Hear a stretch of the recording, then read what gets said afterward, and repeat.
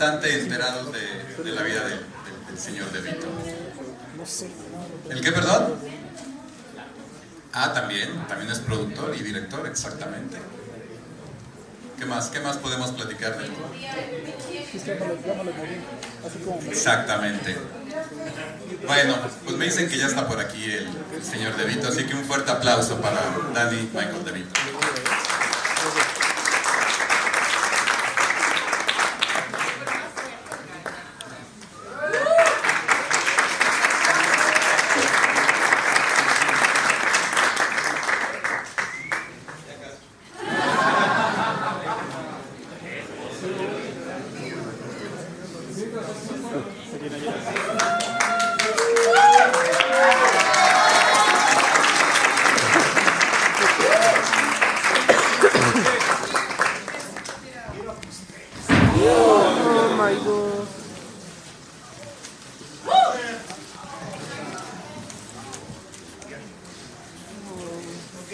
No le toman fotos así, que...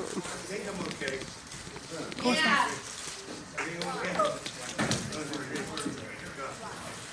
¡Bravo!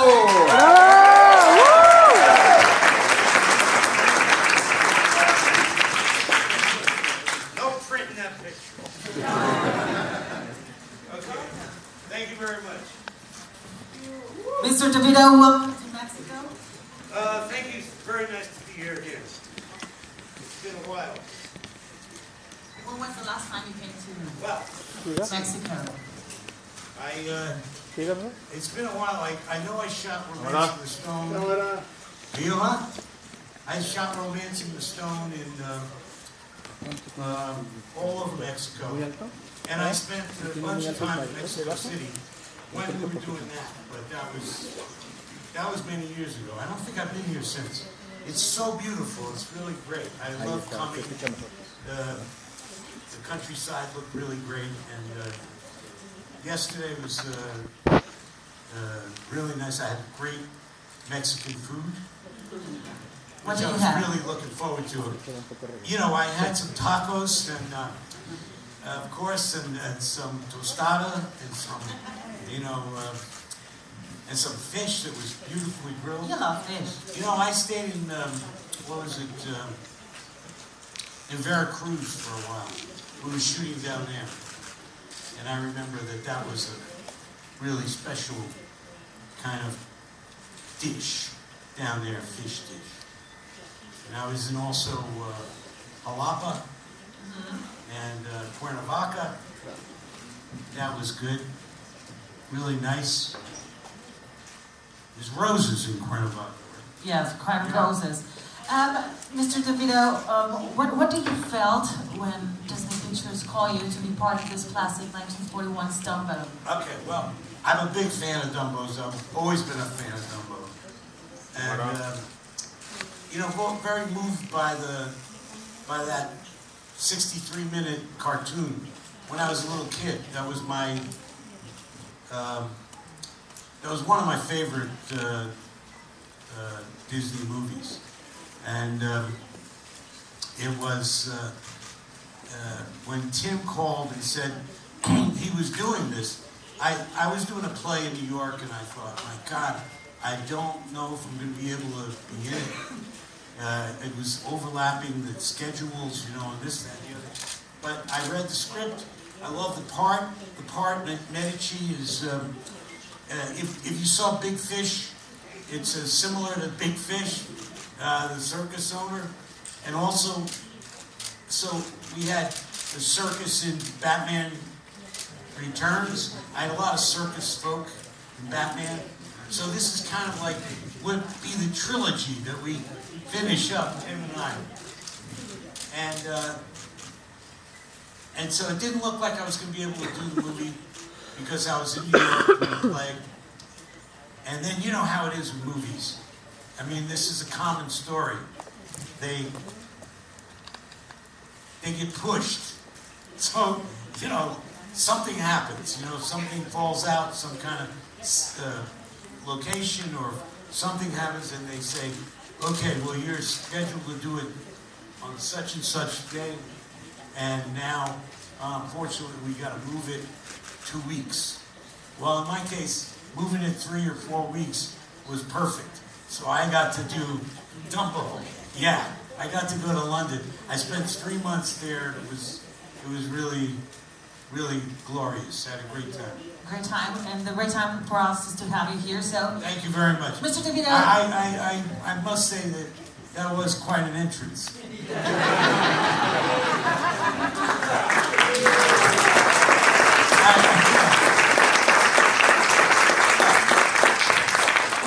You're lucky I didn't come into the front row.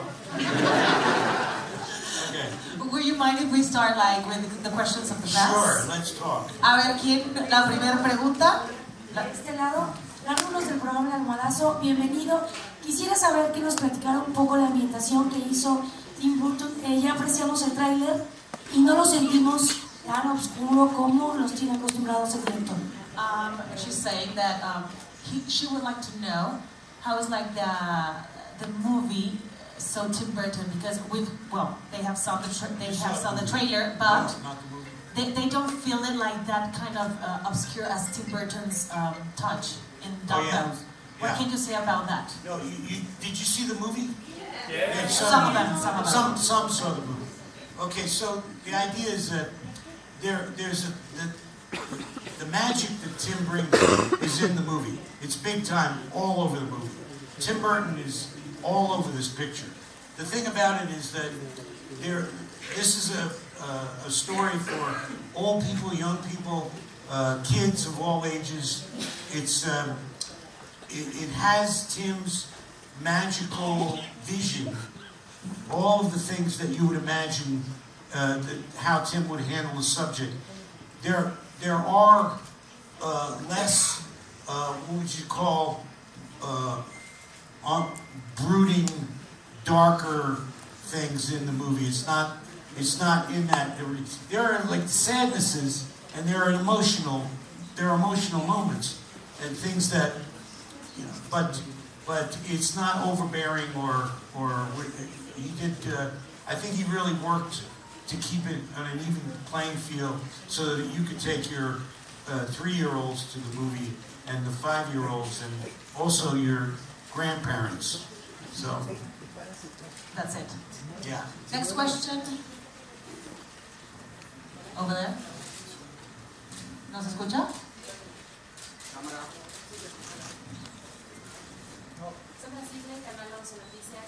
Quería saber si enfrentaste algún reto diferente al que hayas enfrentado en otra etapa de tu carrera con esta película. That if you went to something different with this movie Dumbo, within other kind of movies that you've done, like a challenge, a different challenge here at Dumbo. Well, every movie you do is a challenge in some way. This was like an experience of like joy and fun, and I embraced this big time with Tim.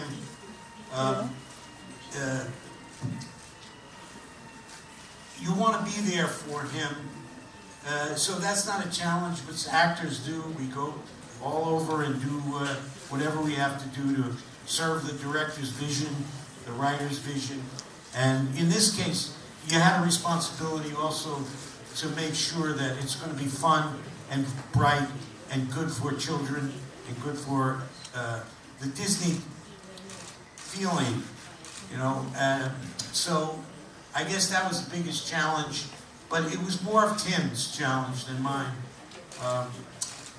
I went and had, like I said, 3 months of really a lot of fun hanging out.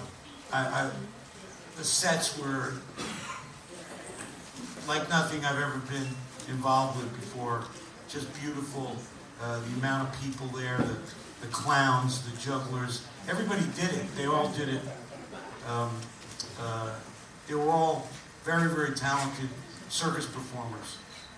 Because that was it, right? They were like real circus people doing the movie. Absolutely. All the people you see in the movie, except for those 4 clowns.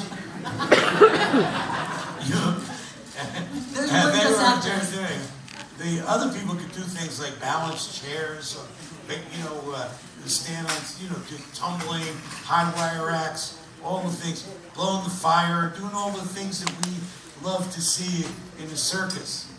And then we didn't have any animals. The only animals we had on the set were the little doggies that he took the poodles and he painted them different colors.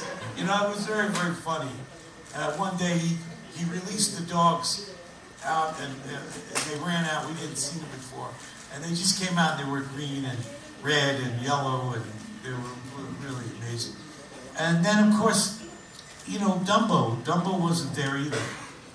Dumbo came, he's a very, very, he's a movie star. He didn't come right away to the movie.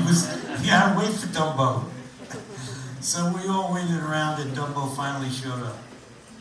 In the movie, not in the set. Next question. Siguiente pregunta. Hi, Danny. Hi. It's an honor to have you here. Thank you very, very much. I wanted to know, we follow your career. Yes. And we know that you've worked with Tim Burton a lot. And I wanted to know what has changed, like the evolution of your work process with him, together. Yeah. Well, it's a great question. Like, the first time I met Tim was in his office in California, and I was astounded by. I knew he was an artist, and I knew that he went to Cal Arts, and he's got a reputation of being. And I'd seen Pee-wee's Big Adventure, and I'd seen Beetlejuice, and so I went in just in awe of all of the drawings and the way he communicates, basically, which is sometimes there are other directors who do this. They communicate with visuals. It's a lot of look at this. This is the way I see that. This is the way I see this. So there was a lot of what you call catching up to him as an actor to find out how he worked.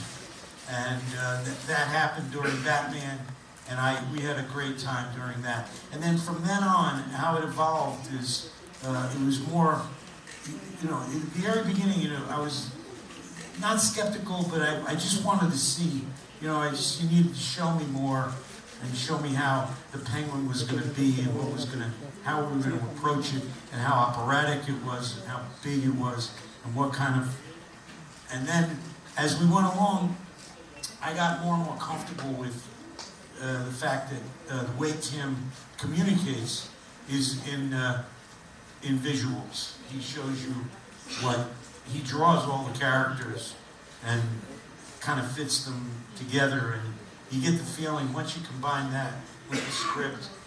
Then the thing about it is on this movie where I took a big leap with him, because a big part of it for me on this film was watching him work. So you're an actor and you go into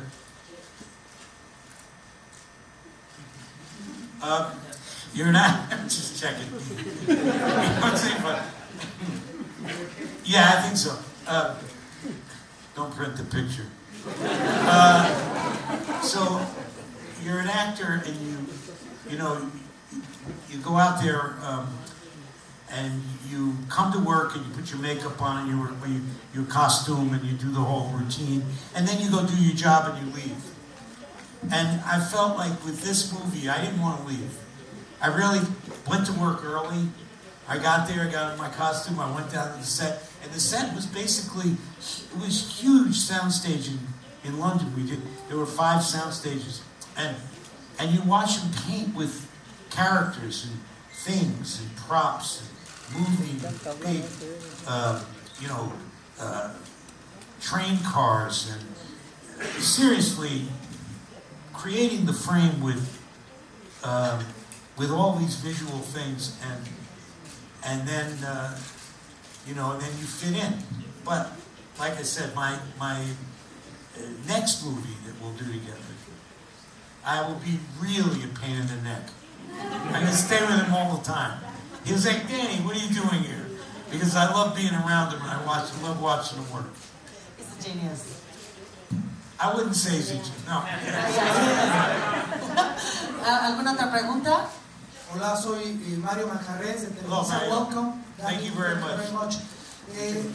Quiero saber, una persona como tú, que tiene una carrera como la que tienes, que tiene que tener un proyecto para trabajar en él. Gracias. You're such a legend in films. What does a project has to have so you can say yes to that project? Well, certainly if a person that I've been working with for many years, like Tim, comes to me and says, you know, I want you to do this very esoteric thing. It's just you and 3 tables and a lamp. I probably would do it. You know what I'm saying? Because he's like family to me. So it's got to do with the people you work with. It's got to do with the project, the character that you're going to play. This one was lots of fun. I could just, you know, rant and rave, and I love doing that. And you know, and I got to work with Michael again, Keaton. We worked together 3 times, Michael and I. But anyway, it's the people you work with, to answer your question, the material, and how you feel about the character. You know, how close, how can you get inside the character? If there's a way in, it's good to do. And that's usually my criteria. And you know, and if I feel like going to work. For example, Mr. Devito, you have had the opportunity to work with Michael Keaton and with Tim Burton. Do you have like any saying during the process with your work in the film, or not? Or you have no saying? I don't shut up. I talk a lot. You know, I put my 2 cents in. I say things, and that's what I mean. I try to not. You know, I try to stay back, but I have a big mouth, so I just keep calling. You know, talking about stuff. But they're very receptive about things. You know, so, and we have a good relationship. Perfect. Yeah. Siguiente pregunta. ¿Dónde la tenemos? Yes. Hi.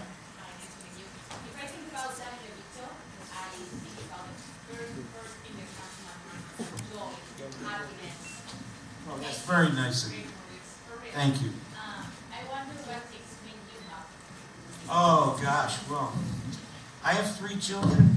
Make me very happy. I live in a nice place in California. It's very, you know, I was born in New Jersey.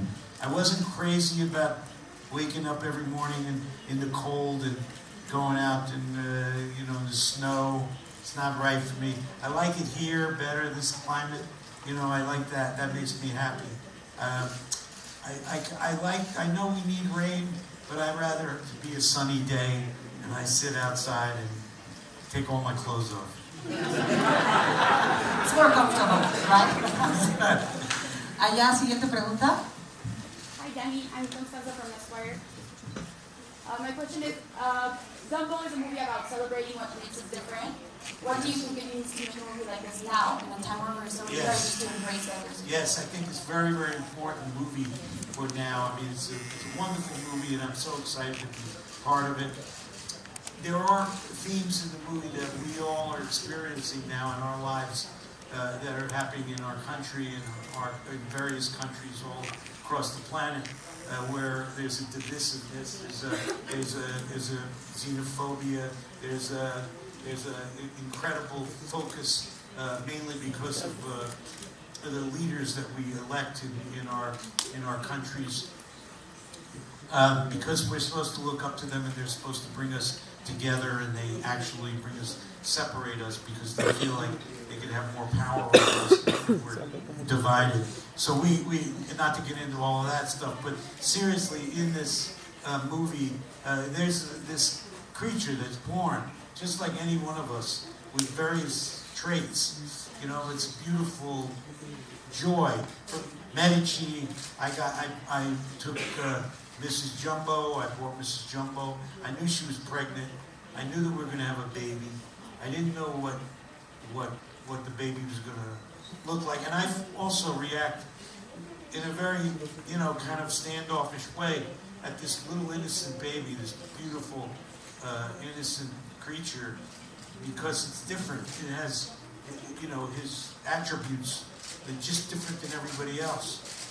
And so I think it's a lesson now for not only adults to realize that what we're exposing our children to and how we have to be very, very conscious about educating our children, helping them understand that because somebody is different, that does not mean that they are useless or not value in our, and don't have intrinsic value, human values that we all possess. So we have to, and then for children, the kids to see the movie is very important because they get that same message. And what we have to do is reinforce that message so that everybody knows we're all human beings and we embrace each other. Why a little animal with big ears has to be ostracized, has to be looked at in a kind of an odd way. But in our wonderful movie and our story that we've loved all these years of Dumbo, we've always told the same story, that you can overcome things that you seem to be detriments to you, and use them as very positive things and change your life. So be who you are, understand who you are, stand up for who you are, and we should make everybody know that that's the way we should operate as human beings on this planet. Great question. Great answer, Mr. Devito. Also a great question. Una más allá. Yo, Ricardo Tinajero de Dumbo TV. ¿Cuál es el atractivo para las nuevas generaciones? Porque están acostumbradas a las guerras espaciales, a los efectos, a dinosaurios, verlos en la película, pero ¿cuál es el atractivo de Dumbo? ¿Cuál es el atractivo de esta película para estas nuevas generaciones que cautive como nos cautivó a varias generaciones atrás? Well, what's Dumbo's key in this film, to these new generations? Because new generations are like so into special effects and everything is like lightning and so different. What's that key that Dumbo is going to capture these new generations? That's right, yeah, it's heart. It's like inside, it's what's inside everybody. It could be, sometimes you'll see a superhero movie or what you say in lightning and this, that, and the other, like that would be like shocking and fun and really exciting to see. And this turns you inside so that it's not just an exterior feeling. This is something that you can relate to in your heart. And you can understand this in your heart. So I'm hoping that that's what this speaks to with all the kids who normally would like a diversity, normally would like to see, I think a lot of kids like to see, all the video games and all the craziness and all the superheroes and everything exploding and whatnot. And that's all fun too.